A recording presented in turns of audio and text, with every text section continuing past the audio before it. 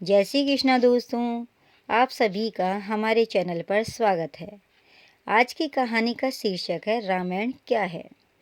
अगर कभी पढ़ो और समझो तो आंसुओं पर काबू रखना कि रामायण जी है क्या। रामायण का एक छोटा सा वृतांत है, उसी से शायद कुछ समझा सके। एक रात की बात है, माता कौशल्या जी को सोते में अपने महल की छत पर किसी के चलने की आहट सुनाई दी। नींद खुल गई तो पूछा, कौन है।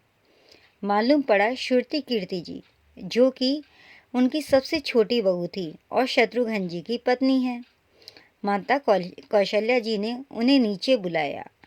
श्रुति कीर्ति जी आई, चरणों में प्रणाम कर खड़ी रह गई।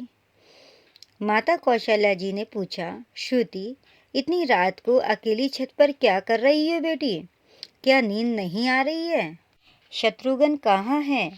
श्रुति कीर्ति की आंखें भर आई, माँ की छाती से चिपटी और गोद में सिमट गई। बोली, माँ, उन्हीं तो देखे हुए 13 वर्ष हो गए। उफ! कौशल्या जी का हृदय कांपकर झटपटा गया कि 13 वर्ष हो गए।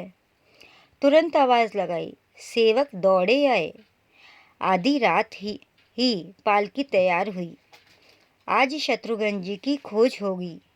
माँ चली कि भाई कौशल्या माता जी वहाँ से उठ गई और तुरंत पालकी मंगवाकर शत्रुघ्न जी की खोज में चल दी। आपको मालूम है शत्रुघ्न जी कहाँ मिले?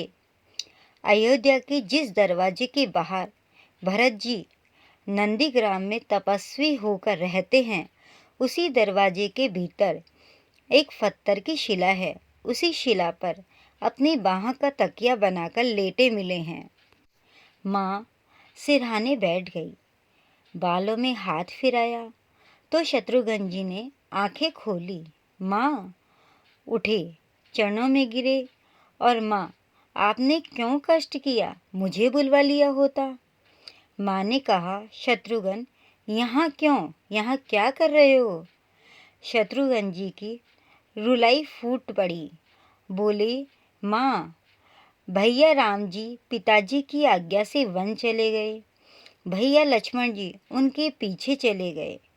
भैया भरत जी भी नंदीग्राम में हैं। क्या ये महल, ये रथ, ये राजसी वस्त्र विधाता ने मेरे ही लिए बनाए हैं? ऐसा उन्होंने कौशल्या माता जी को बोला। माता कौशल्या जी निरुत्तर रह गई। देखा क्या है ये राम कथा?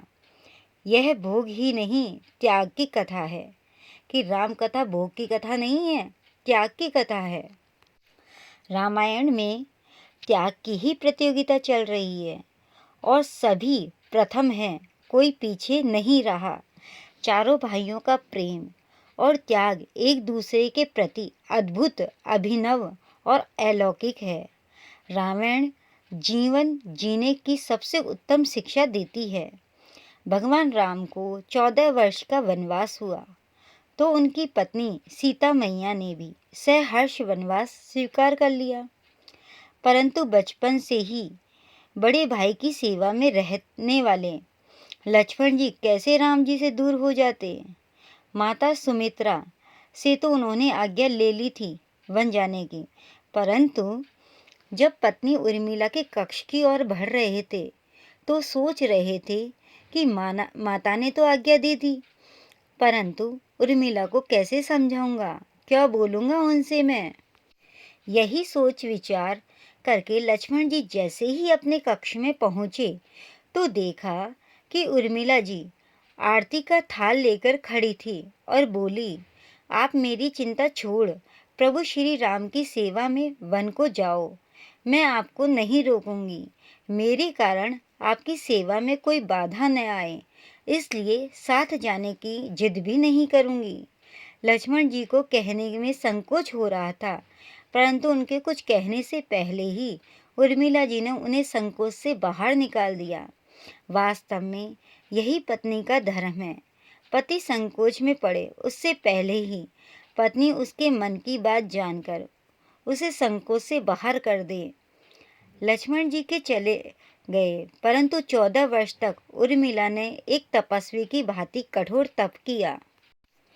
वन में प्रभु श्री राम माता सीता की सेवा में लक्ष्मण जी कभी सोए नहीं, परंतु उर्मिला ने भी अपने महलों के द्वार कभी बंद नहीं किए और सारी रात जागकर उस दीपक की लौ को बुझने नहीं दिया।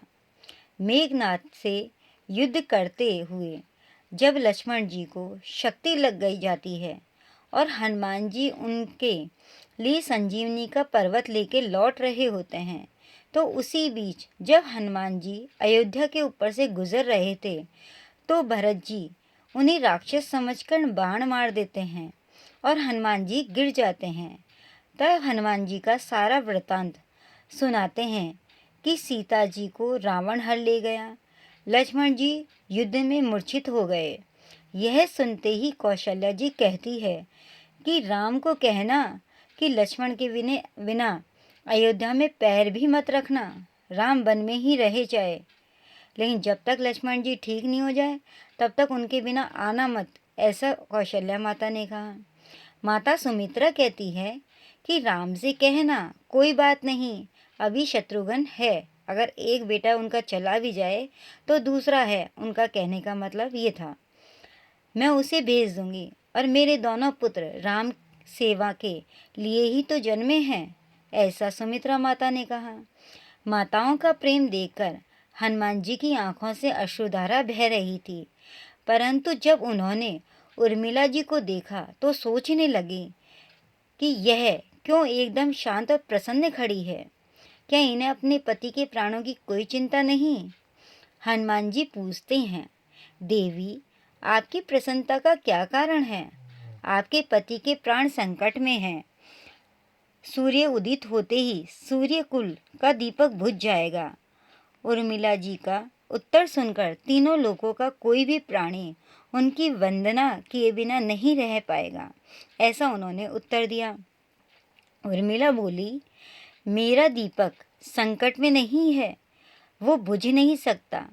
रही सूर्योदय की बात, तो आप चाहे तो कुछ दिन अयोध्या में विश्राम कर लीजिए, क्योंकि आपके वहां पहुंचे बिना सूर्य उदित हो ही नहीं सकता। आपने कहा कि प्रभु श्री राम मेरे पति को अपनी गोद में लेकर बैठे हैं, जो योगेश्वर प्रभु श्री राम की गोद में लेटा हो काल उसे छू भी नहीं सकता। यह तो वो दोनों लीला कर रहे हैं। मेरे पति जब से बन गए हैं तब से सोए नहीं हैं, उन्होंने न सोने का प्रण लिया था, इसलिए वो थोड़ी देर विश्राम कर रहे हैं, और जब भगवान की गोद मिल गई तो थोड़ा विश्राम ज़्यादा हो गया, वे उठ जाएंगे। और शक्ति मेरे पति को लगी नहीं है, शक्ति तो प्रभु श्री राम जी को लगी है।